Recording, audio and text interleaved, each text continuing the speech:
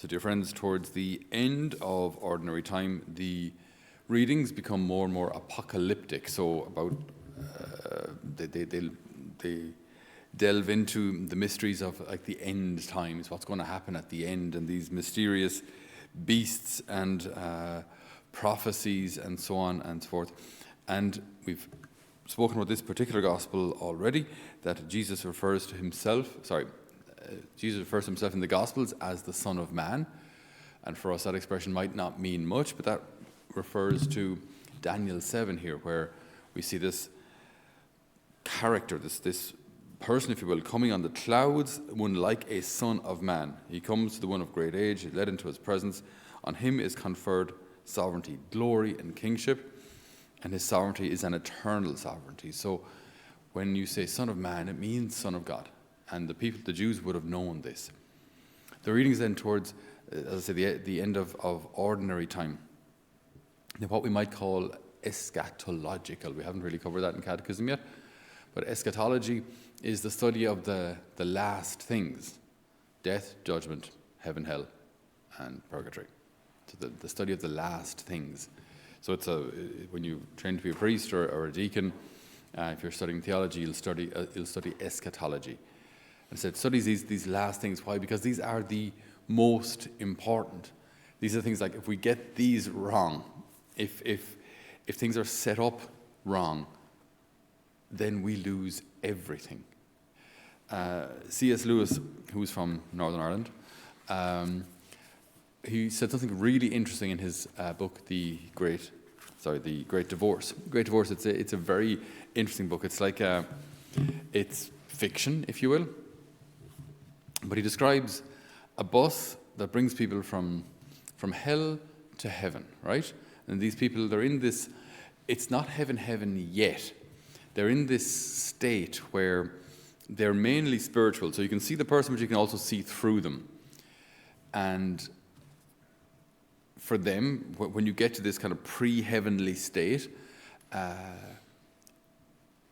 life is kind of difficult. Life kind of hurts. Basically, the grass on the ground, as you walk on it, feels like nails, until eventually this semi kind of ghost-like body that you have becomes more and more solid, right? But basically, it requires effort. It requires maybe even suffering, endurance, perseverance, and then the body begins to solidify. And then the goal is to go up to the top of this mountain where obviously God is, which is heaven. So it's a tragic kind of a book in a way, because many of these characters who find themselves in this kind of pre-heavenly state, they're all assigned like a guardian angel, a guide.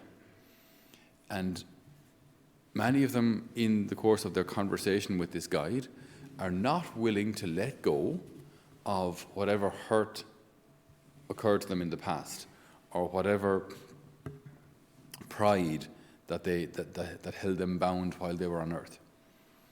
And so they can see heaven. They go, but you're like, why is God making it so hard? Why can't he just bring us up there? And then the angel would say to him, but just keep walking. Don't worry. Once you get there, when you look back, this journey will look like nothing. Wow, but it hurts me. And then when rain falls, it's like razor blades falling.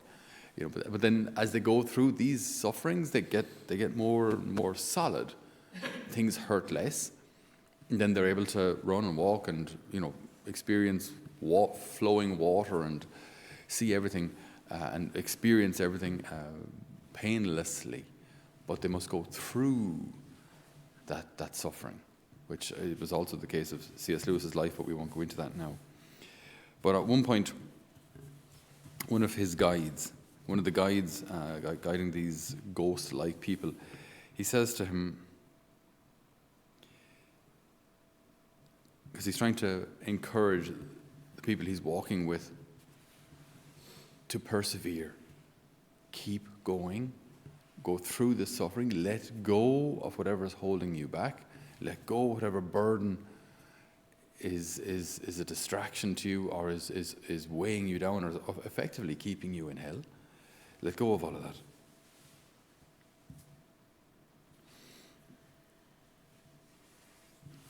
And he says, this is what mortals misunderstand, they say of some temporal suffering, so of some suffering here on earth, no bliss can make up for it. You know, when we get to heaven, we look back, and yes, there are sufferings in our lives. There will be until the end. When we look back from the perspective of heaven, we will see how everything made sense, or how everything was an opportunity to grow in grace. Everything was an opportunity to deepen my prayer life. Everything brought me closer to God.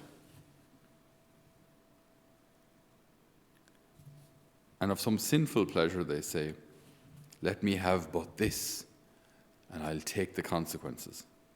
Little dreaming how damnation will spread back and back into their past and contaminate the pleasure of sin. So, from the perspective of heaven, as we look back, everything makes sense, and we see the beauty of, or the reason behind everything, even the reason behind suffering. But from hell, the perspective of hell, when we look back from hell, even what we thought was good, or what we thought was pleasurable during our lives, we will understand was effectively poisonous. So, from the perspective of hell, everything, even retrospectively, is ruined. From the perspective of heaven, everything retrospectively becomes a blessing. I think it's a very insightful little phrase.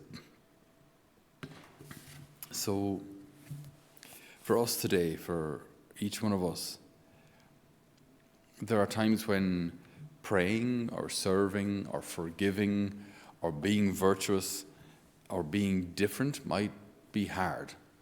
I know for a lot of young people as well, to follow the Lord might entail some loneliness or periods of a certain amount of isolation. This is real, and this can absolutely happen.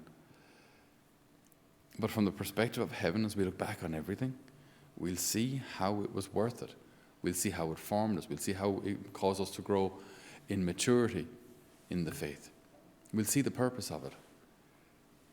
But for the moment, we have to walk by faith.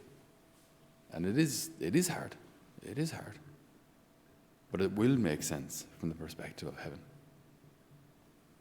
So we ask the Lord today to fill our hearts with an ever deeper, greater, more profound hope that he will turn all things to the good for those who love him. Amen.